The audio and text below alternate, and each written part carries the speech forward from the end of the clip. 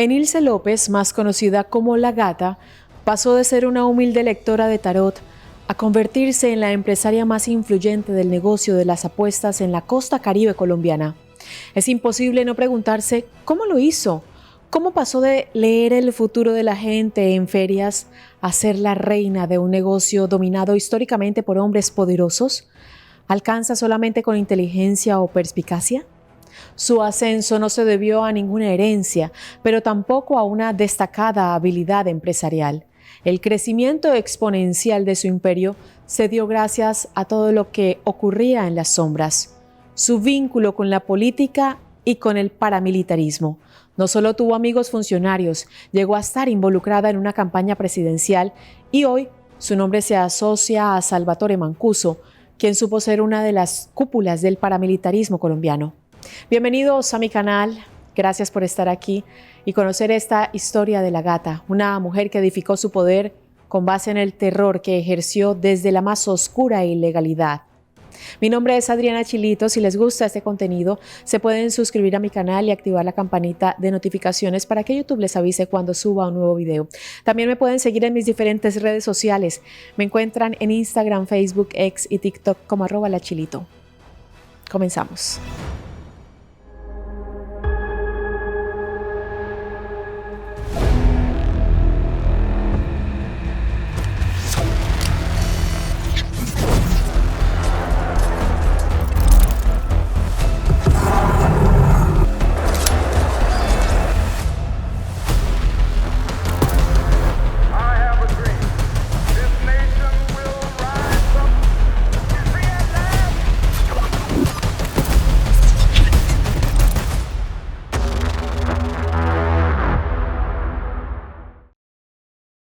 Biografía. Enilce del Rosario López Romero, también llamada La Gata, nació en 1952 en el sector conocido como El Naranjo, ubicado en La Mojana, departamento de Sucre, en Colombia.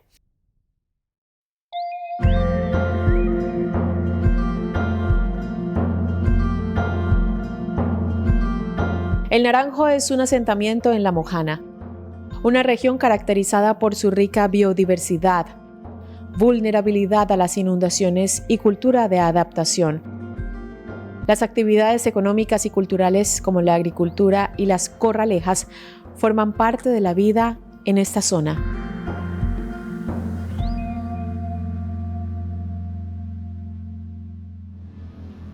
La familia de La Gata era humilde, prácticamente pobre, y hasta su juventud vivió sin lujos, con nada más que lo necesario. Al igual que sus seres queridos, Enilce era católica y durante su adolescencia contempló la idea de ser monja.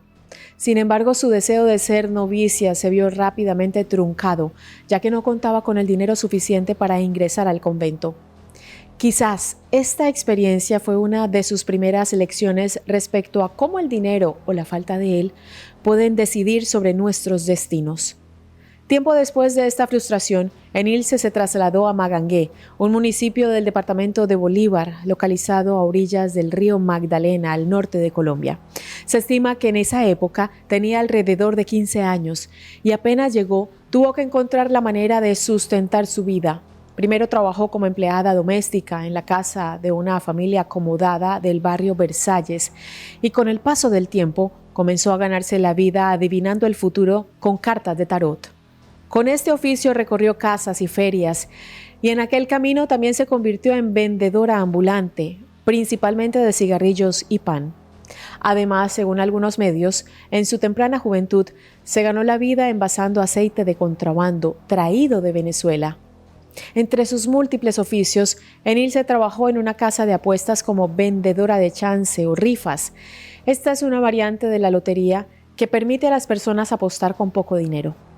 Inmersa en este mundo, la joven conoció a Jesús María Villalobos Luna, más conocido como el Perro Villalobos, un pionero del chance en Bolívar y la costa caribe.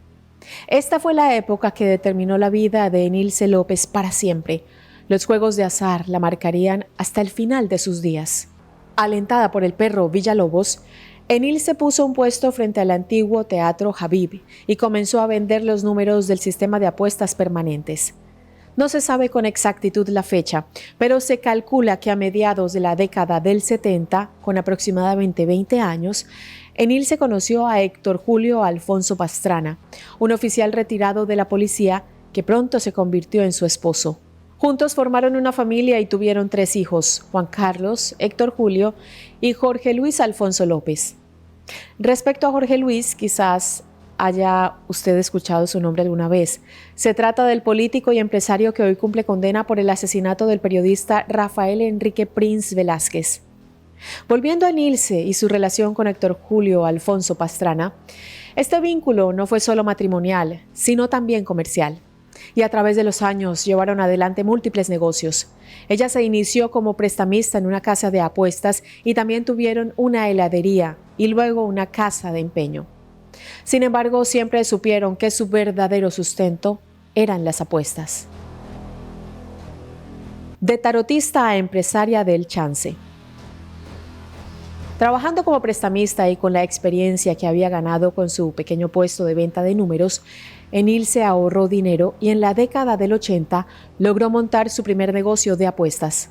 Lo llamó Apuestas Permanentes El Gato y se dice que se le ocurrió aquel nombre debido a un gato que rondaba por el lugar.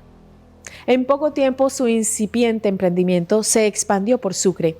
De hecho, el éxito fue tal que ella misma comenzó a ser conocida regionalmente como La Gata, al destacarse como la principal empresaria de apuestas del Caribe colombiano.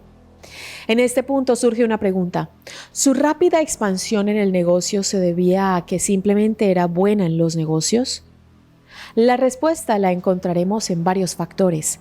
La década del 80 fue un contexto favorable para el negocio de las apuestas y esto se debía principalmente a una legislación que reguló el rubro.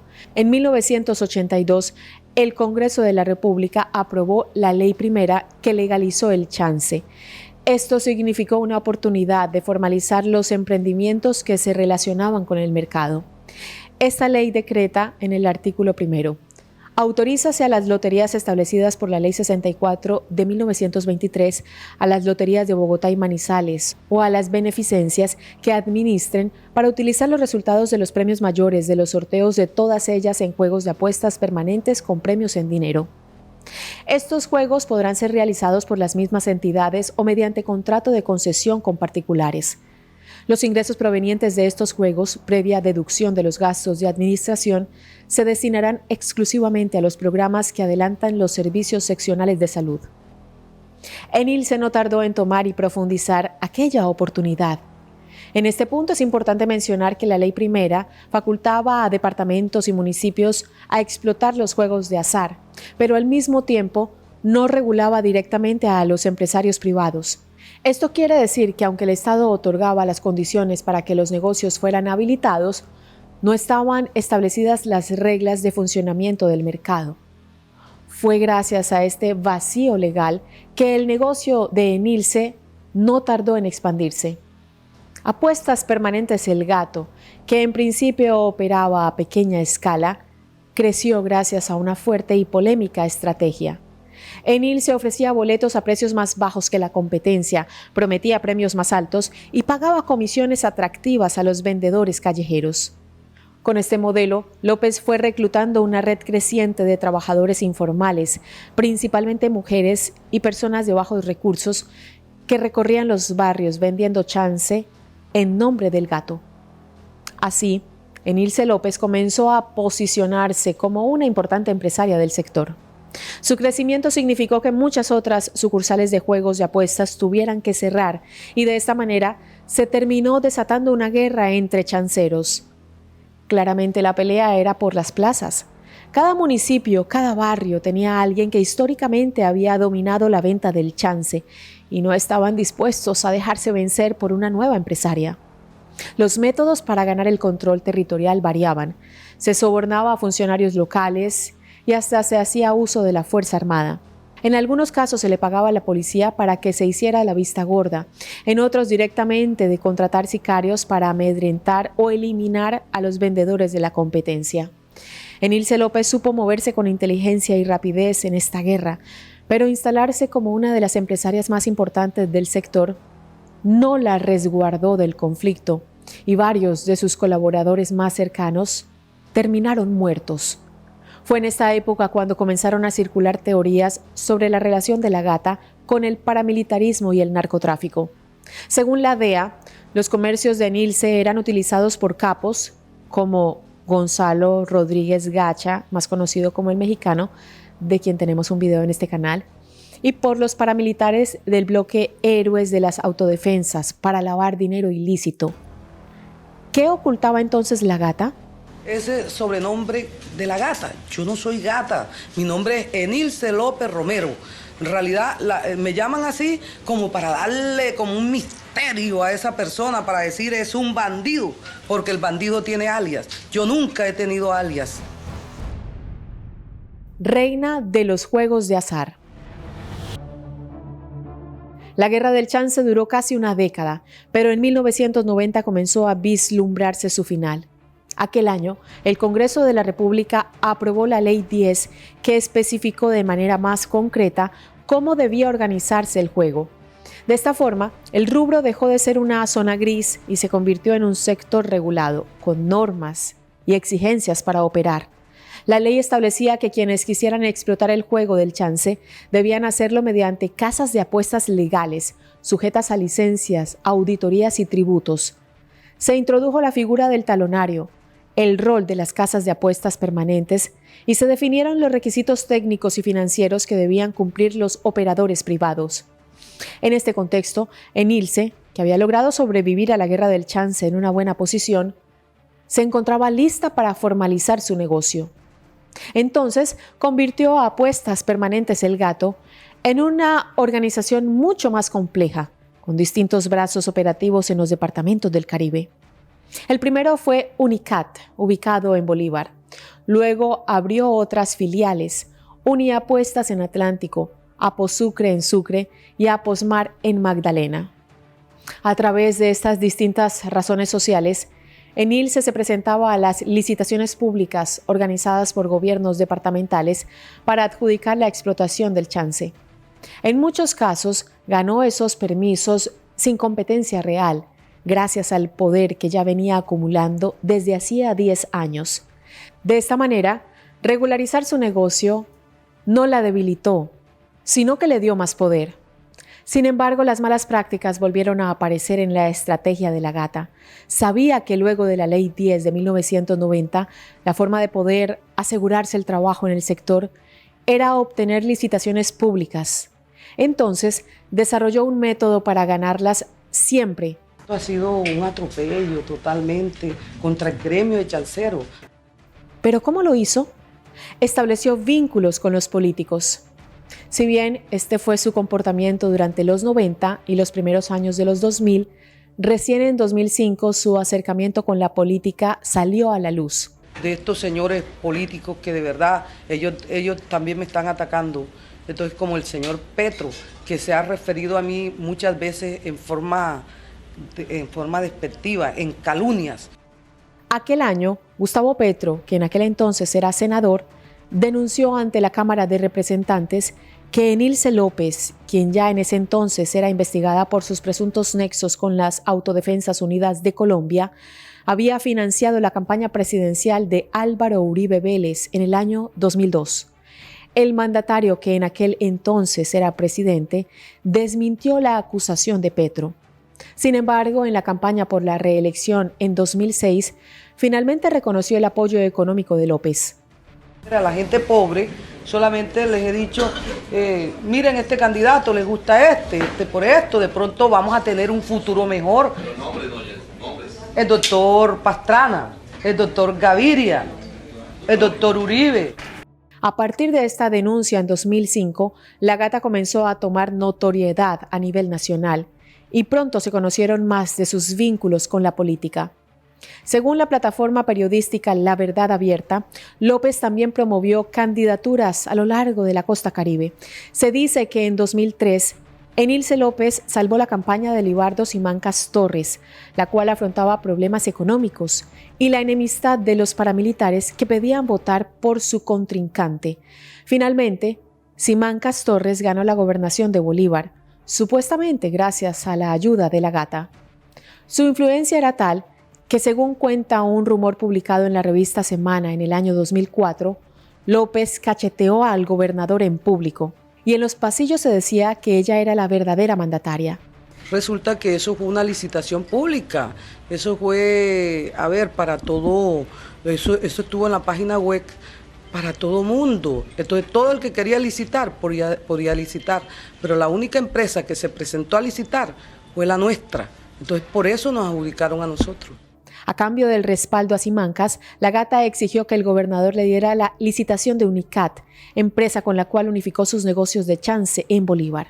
Cabe destacar que en el año 2012, Libardo Simancas Torres fue declarado culpable de paramilitarismo por haber recibido beneficios políticos y electorales de los paramilitares del bloque Héroes de los Montes de María. Otro gobernador de Bolívar al que la Gata habría ayudado a través de aportes económicos fue Luis Daniel Vargas, quien estuvo a cargo del departamento en la gestión anterior a la de Simancas Torres. Cabe destacar que el mandatario fue destituido de su cargo e inhabilitado por 10 años por irregularidades en una licitación para adquirir textos escolares. Pero los vínculos con la política no los usó únicamente para beneficiar sus negocios, sino también para introducir a su familia en el mundo electoral. La Gata logró que sus hijos, Jorge Luis y Héctor Julio Alfonso López, fueran elegidos como alcalde de Magangué y representante a la Cámara respectivamente. Posteriormente, como les mencioné, Jorge Luis fue condenado por el asesinato del periodista Rafael Enrique Prince y Héctor Julio fue procesado por parapolítica. Pese a los rumores de su relación con la política y el paramilitarismo, hasta comienzos de los 2000, la Gata pudo seguir moviéndose con total libertad. No fue hasta 2005 cuando en Colombia se sancionó una ley que terminaría siendo el inicio de su ocaso. La caída, vínculos con el paramilitarismo. Durante la presidencia de Álvaro Uribe, el Congreso de la República sancionó la Ley 975 de 2005. Dicha norma, conocida también como la Ley de Justicia y Paz, constituyó la principal herramienta de justicia transicional, permitiendo que integrantes de todas las jerarquías de las organizaciones armadas abandonaran sus actividades, confesaran los delitos y entregasen los bienes obtenidos como producto de sus actividades ilícitas a cambio de penas reducidas. Todo esto se realizó con el propósito de garantizar los derechos de las víctimas a la verdad, la justicia y la reparación. ¿Y cómo se vincula esta ley con Enilce López? Lo cierto es que previo a su sanción ya se había relacionado a la empresaria con el paramilitarismo, pero no eran más que rumores o investigaciones de algunos organismos extranjeros como la DEA. A partir de la ley, se dio lugar para que los jefes paramilitares contaran detalles sobre sus aliados políticos, económicos y criminales. Y lo cierto es que algunos de ellos declararon en contra de la Gata, lo que permitió avanzar en investigaciones y juicios que antes estaban estancados o directamente no existían. El 16 de febrero de 2006, la Fiscalía General de la Nación pidió la captura de Enilce López e inmediatamente la Gata fue detenida. Su imagen de empresaria poderosa cayó en pedazos y comenzó a verse como lo que realmente era, una persona clave en la estructura de lavado de activos del paramilitarismo. La Fiscalía sostenía que sus empresas de chance habían sido utilizadas para lavar alrededor de 300.000 millones de pesos provenientes de las Autodefensas Unidas de Colombia, el grupo paramilitar más poderoso del país en ese momento, liderado por Salvatore Mancuso, de quien tenemos un video en este canal. La Gata siempre negó este vínculo e incluso decía que la investigación se trataba de una persecución política. Mientras el proceso avanzaba, Enilce fue recluida en la cárcel El Buen Pastor de Bogotá. No solo su situación legal se complicaba, sino también su bienestar físico y mental. Empezó a tener problemas alimenticios y algunas versiones incluso señalaron que había sido envenenada en prisión, mientras otras advertían que había caído en una oscura depresión. A finales de 2006 la trasladaron a la cárcel de Santa Marta y en 2007 la internaron en la clínica La Asunción en Barranquilla. Un año después, en junio de 2008, un juez autorizó su prisión domiciliaria luego de que el Instituto Nacional de Medicina Legal avalara que su condición era delicada y requería tratamiento especializado, supervisión permanente y una dieta estricta. En este punto es importante mencionar que esta no fue una absolución, ni nada que se le pareciera. Seguía privada de su libertad, pero en su casa, bajo custodia, mientras el proceso judicial continuaba su curso. Recluida en esas condiciones, la gata fue acusada de otro crimen. En 2009, un fiscal de derechos humanos le pidió a un juzgado de Bogotá condenar a la empresaria por los delitos de homicidio agravado y nexos con paramilitares. Ahora ya no estaba involucrada solo en lavado de dinero, sino también en la muerte del operador de peaje Fabián Ochoa Torres, asesinado el 12 de junio del año 2000. Finalmente, en 2011, el Tribunal Superior de Bogotá la condenó a 38 años de cárcel por su participación en el homicidio de Ochoa Torres, en el municipio de Carmen de Bolívar. La Fiscalía pudo probar que el homicidio no fue un acto aislado, sino un crimen ordenado por la mismísima Enilce López. ¿Pero por qué la gata ordenó su asesinato? En el año 2000, Enilce tenía a su cargo concesiones de varios peajes y Ochoa, como trabajador de la empresa, se negó a permitir el paso libre de una caravana de vehículos que transportaban hombres armados, presuntamente paramilitares. El gesto de Ochoa fue interpretado por la gata como una insubordinación y entonces ordenó matarlo. La Fiscalía pudo reconstruir este hecho gracias al testimonio de 2 ex paramilitares, quienes confesaron haber asesinado al muchacho después de recibir la orden de López.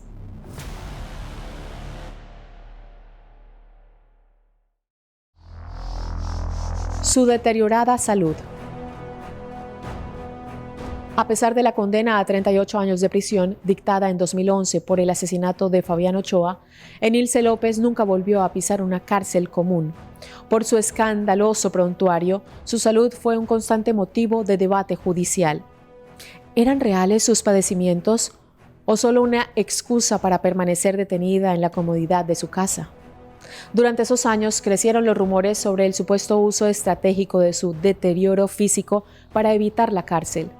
Incluso hubo investigaciones por posible fraude al sistema de salud y visitas de la Fiscalía a las clínicas donde era atendida. Aún así, la justicia nunca revocó su detención domiciliaria. Finalmente, el 14 de enero de 2024, Enilce López murió a los 72 años de edad tras una larga batalla contra varias patologías, entre ellas desnutrición extrema.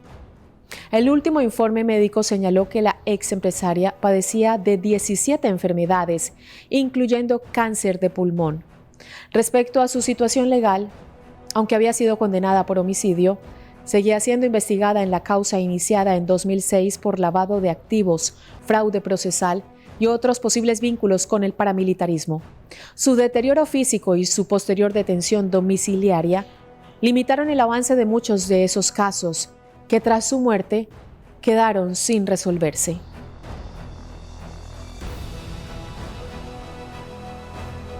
Conclusiones. Enilce no fue solo una empresaria del chance, fue una figura emblemática del poder regional en la costa Caribe, alguien capaz de construir un imperio económico en medio de guerras entre empresarios, narcotraficantes y paramilitares. Desde la década del 80 hasta principios de los años 2000, supo aprovechar cada momento político de Colombia. A lo largo de estos años, se movió con destacada soltura entre lo legal y lo ilegal. Se adaptó al sistema cuando le convino y se alió a los sectores más oscuros de la política y al paramilitarismo cuando eso le resultó rentable.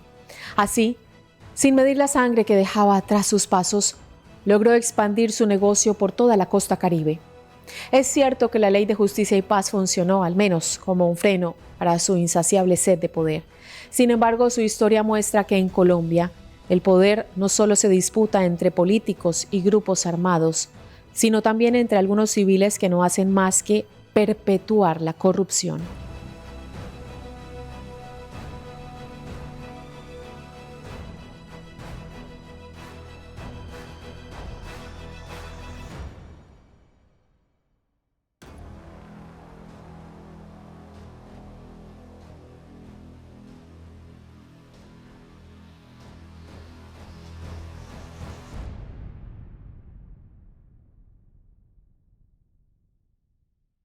Hasta aquí este informe. A ustedes gracias por ver mi contenido, por comentarlo y compartirlo.